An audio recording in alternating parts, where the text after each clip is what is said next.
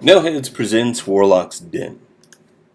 In Warlock's Den, we seek to answer the question, where the heck do all these dungeons full of treasure, traps, and monsters come from? We're seeking to appeal to a demographic of the tower defense fans and those creator-builder enthusiasts that come from Minecraft that like to mix things together and create new stuff. And we're seeking out approximately ages between 13 and 30. We're going to be on the mobile platform. It's going to be single player, but it's going to have the illusion or the feel that you're interacting with other players through messaging and exploring their dens.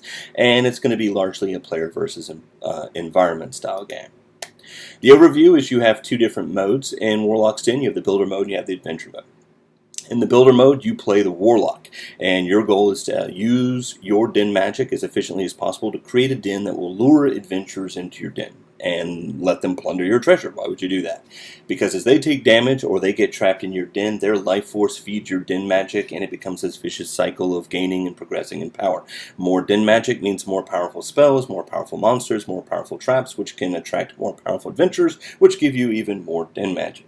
On the adventuring side, you get to play the endless number of player dens. As they've created their dens based on level progression, you can send your warrior, archer, rogue, and priest in. You can use brute force, you can use range, you can use stealth, and you can use healing. You swap those out as you need them as you're progressing through the den, and you have a time limit to complete that. That offers an endless parade of variety as players create dens.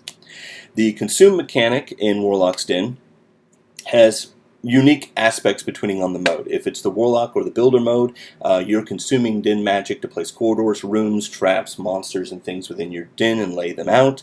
If you're the Adventurers, the consume mechanic is consuming the loot and treasure you've collected from other players' dens to upgrade your armor, your weapons, consume healing potions or magic potions to get your adventuring party in top performance so that you can get maximum loot.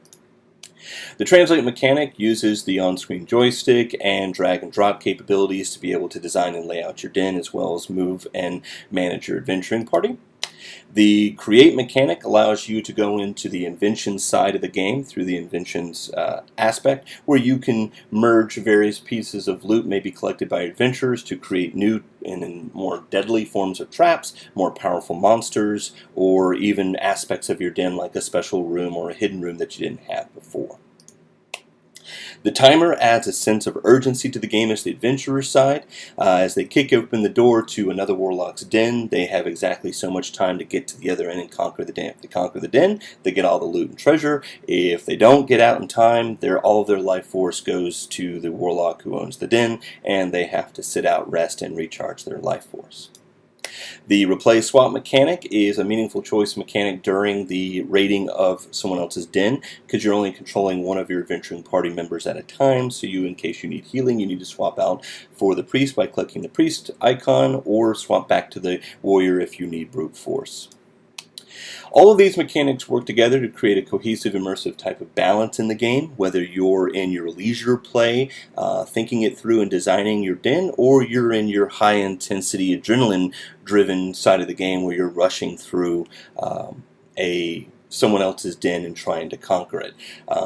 Each one of these mechanics has their particular place, so time increases intensity, and creation gives you the ability to sit down and really design and make the den unique to you, putting your mark in the game. Our competitors are the Mighty Quest for Epic Loot, Orcs Must Die, and Dungeon Defenders 2. Things that make us stand out is we give this game access to the mobility market, and we give you two distinct modes that don't necessarily have to be played together. If you just want to be adventurers, you can do that. If you just want to be a warlock, you can do that and still progress in the game, but they are complementary and can help one another. Our game offers a creator's paradise, an endless number of ways that you can create your den. Hack and slash nirvana, if that's what you like to do, is just get in and do onslaughts and slaughter and destroy the orcs. And of course, endless progression and variety for your den and your characters. Thank you for your time, and I hope you've enjoyed our presentation on Warlock's Den.